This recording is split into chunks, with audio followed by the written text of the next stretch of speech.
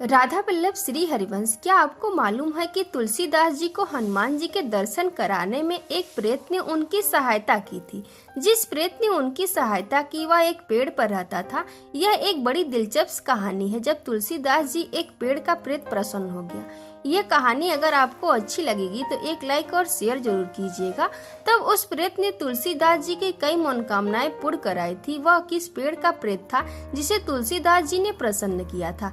आखिर वह क्या बात थी जिसके कारण उस पेड़ का प्रेत इतना प्रसन्न हुआ कि उसने तुलसीदास जी को भगवान के दर्शन करा दिए। आइए जानते हैं क्या है वो अद्भुत कथा। गोस्वामी तुलसीदास जी नित्य प्रातः भ्रमण के लिए घर से निकलते थे।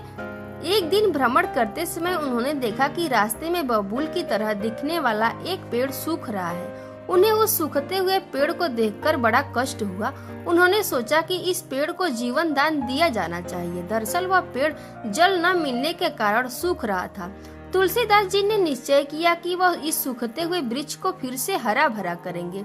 उस पेड़ के आसपास जल का कोई स्रोत नहीं था। तब उन्होंने निश्चय किया कि वह अपने घर से जल लाकर उस सूखते हुए पेड़ को सींचेंगे। अब तुलसीदास जी भी नित्य भ्रमण के लिए निकलते तो वह अपने साथ एक जल का कमंडल भी रखते थे। यह जल उनके भ्रमण मार्ग के उस वृक्ष के लिए था जो सूख रहा था। वह नित्य उस सूखते हुए वृक्ष को जल देने लगे। उन्होंने उस पेड़ के आसपास की गंदगी और झाड़ झंखाड़ भी हटा दी। कुछ ही दिनों में गोस्वामी तुलसीदास जी की मेहनत रंग लाई और वह सूखा हुआ पेड़ फिर से हरा भरा होने लगा। उस पेड़ के हरा भरा होने पर पता चला कि वह पेड़ कीकर का था। उस पेड़ पर एक प्रेत रहता था। गोस्वामी जी के अच्छे आचरण के कारण वह प्रेत उन पर प्रसन्न हो गया। कहते हैं कि एक दिन प्रातः काल के समय गोस्वामी तुलसीदास जी जब उसी वृक्ष के निकट ही बैठे थे तभी उस पेड़ का प्रेत गोस्वामी तुलसीदास जी के सामने आ गया। वह तुलसीदास जी से बोला कि हे महात्मा, मैं आपसे बहुत प्रसन्न हूँ। मैं इसी कीकर के पेड़ पे रहता हूँ। पानी के अभाव में यह पेड़ लगभग मृत प्राय हो गया था, लेकिन आपकी देखभाल से इसने पुनः जीवन पा लिया है। हे महात्मा, आपने मेरा आवास नष्ट होने से बचा लिया। मैं आपसे बहुत प्रसन्न हूँ। यदि आपकी कोई मनोकामना हो तो मुझे बताएं। मैं आपका मनोरथ सिद्ध करने में आपकी सहायता चाहता हूँ। तुलसीदास जी ने उस प्रेत से कहा कि तुम मेरी सहायता किस प्रकार कर सकते हो? तुम तो खुद ही प्रेत योनि में भटक रहे हो। तब उस प्रेत ने बताया कि मैं मनुष्य योनि में एक सिद्ध साधु था। हो सकता है कि मेरी पूजा पाठ का लाभ आपको मिल जाए।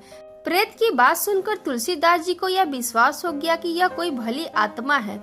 हो सकता है कि यह मुझे मेरे प्रभु का दर्शन का कोई मार्ग दिखा दे। इसीलिए तुलसीदास जी ने अपने मन की बात उस प्रेत को बता दी। गोस्वामी तुलसीदास जी ने उस प्रेत को बताया कि वह श्री राम और हनुमान जी के परम भक्त हैं।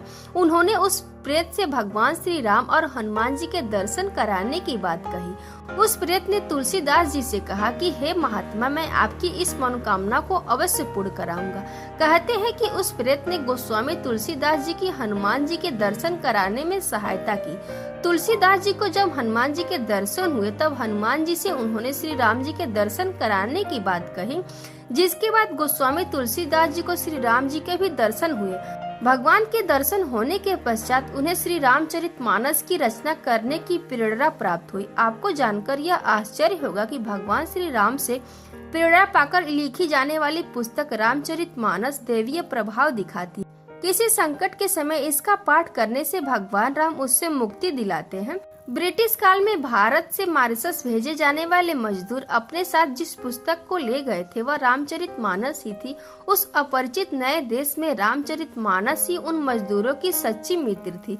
जब भी वहाँ उन मजदूरों का मनोबल टूटता था तो वह इसी तुलसीदास जी के द्वारा रचित रामचरितमानस की चौपाइयाँ गाया करते थे, जिससे उन्हें उन दुख भरे पलों में मानसिक बल और आत्म सुख मिलता था।